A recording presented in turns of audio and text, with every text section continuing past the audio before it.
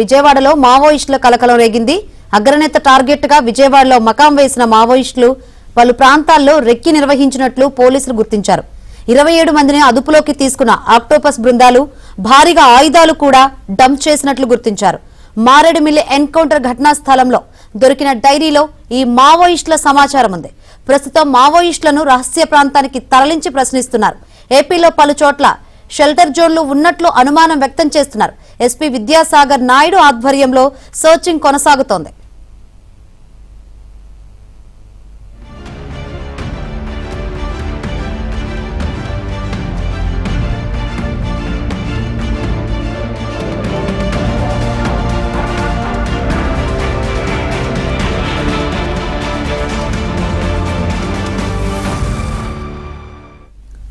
మావోయిస్టుల కోసం 5 జిల్లాలో ఆపరేషన్ చేపట్టామంటున్న కృష్ణా జిల్లా ఎస్పీతో మా ప్రతినిధి సత్య ఫేస్ టు ఫేస్. ప్రస్తుతం మనతో మాట్లాడేందుకు కృష్ణా జిల్లా ఎస్పీ విద్యాసాగర్ నాయుడు గారు ఉన్నారు. సార్, ఈ రోజు ఇక్కడ మావోయిస్టులు ఉన్నారు. మావోయిస్టులను ఎంతమంది కనుగొన్నారు? ఎటువంటి ఆపరేషన్ నిర్వహించారు? ఏ టీంలు ఇందులో పాల్గొన్నాయి? టోటల్ మనకి ఈ రోజును చూస్తే 28 మందిని అదుపులోకి తీసుకోవడం జరిగిందండి. దీంట్లో వీళ్ళలో 21 మంది మహిళలు ఉన్నారు, మిగిలిన వాళ్ళు పురుషులు ఉండడం జరిగింది. సార్, అంటే వాళ్ళు ఇక్కడే ఎందుకు షెల్టర్ తీసుకున్నారంటారు? ఇదే సమయంలో ఈ రోజు ఎన్కౌంటర్ జరిగింది. హెడ్మా ఉన్నత స్థాయి నాయకులు రాజీ ఇలాంటి వాళ్ళు దీనికి సంబంధించి ఏమైనా వీళ్ళని ప్లాన్ చేయడానికి ఇక్కడికి వచ్చారంట. వాళ్ళ ప్లానింగ్ ఏంటన్నది, వాళ్ళ వెనకాల ఏ వ్యూహంతో ఇక్కడ చేరారన్నది మనకి డీటెయిల్డ్ ఇన్వెస్టిగేషన్లో భాగంగా వస్తుంది. That is one thing. ఇక్కడ ఎందుకు చేరారు, పాసిబుల్ ఎక్స్ప్లెనేషన్ ఏముంటుందంటే, this is an industrial area కాబట్టి ఇక్కడ చాలామంది బయట నుండి మైగ్రెంట్ లేబర్స్ వర్కర్ చాలామంది ఉంటారు. సో డిఫరెంట్ రాష్ట్రం, ఈవెన్ ఛత్తీస్గఢ్, ఒరిస్సా నుండి వచ్చే వాళ్ళు కూడా చాలామంది ఉంటారు, డ్రైవర్స్ ఉంటారు. కాబట్టి I think this is a good area for them to come అని వాళ్ళు అనుకుని ఉండొచ్చు. దాన్ని బట్టి వాళ్ళు వచ్చారని అనుకుంటున్నాం. అంటే ఇక్కడ ఎవరున్నారు, అంటే ఎవరికి సంబంధించిన ఉన్నత స్థాయి లీడర్స్ ఎవరున్నారు, వాళ్ళకి సంబంధించిన వాళ్ళు ఎవరున్నారంటారు? వీళ్ళల్లో ఈయన దేవ్జీ అన్న ఆయనకి సంబంధించిన ఒక 9 మంది ప్రొటెక్షన్ టీం ఉన్నట్టు మాకు తెలుస్తుంది. ప్రాథమిక ఈ లెవెల్ ఇన్ఫర్మేషన్ బట్టి మనకు తెలుస్తుందండి.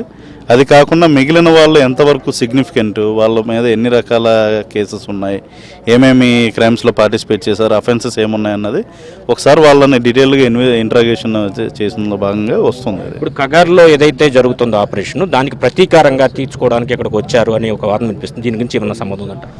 అంటే అక్కడ ఏదైతే ఆపరేషన్ కగార్ జరుగుతుందో ఛత్తీస్గఢ్లో, దానివల్ల ఉన్న ప్రెషర్ని బట్టి డిఫరెంట్ రాష్ట్రాల్లో వీళ్ళు తలదాచుకోవడం జరిగింది.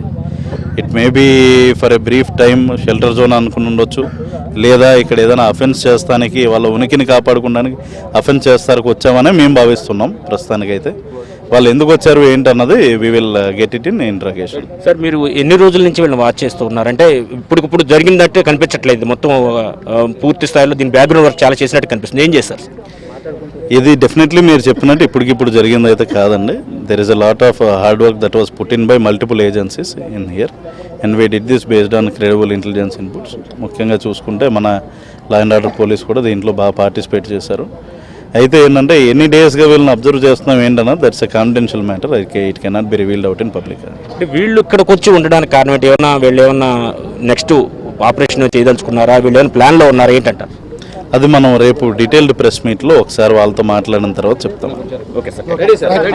మొత్తం మీద పోలీసు ఉన్నతాధికారులు ఒకటే విషయం చెబుతున్నారు, ఎస్పీ గారు ఒకటే విషయం చెబుతున్నారు. వీళ్ళందరూ కూడా ఇక్కడికి ఒక షెల్టర్ జోన్గా వచ్చినట్టుగా ప్రస్తుతానికైతే ప్రాథమిక సమాచారం ఉంది. డీటెయిల్డ్ ఇన్ఫర్మేషన్ వచ్చాక దీనికి సంబంధించి పూర్తి వివరాలు రేపు మరొక ప్రెస్ మీట్ పెట్టి వెల్లడిస్తామంటున్నారు. ఇదే సమయంలో ఇక్కడ మావోయిస్ట్ అగ్రనేతలకు సంబంధించినటువంటి టీంలు కూడా వీళ్లలో ఉన్నారని కూడా ఆయన చెబుతున్న పరిస్థితి ఉంది. ఇక్కడ పరిస్థితి. కెమెరా పర్సన్ నాగరాజ్తో సత్య, ఏబిఎన్ ఆంధ్రజ్యోతి, న్యూ ఆటోనగర్ నుంచి విజయవాడ.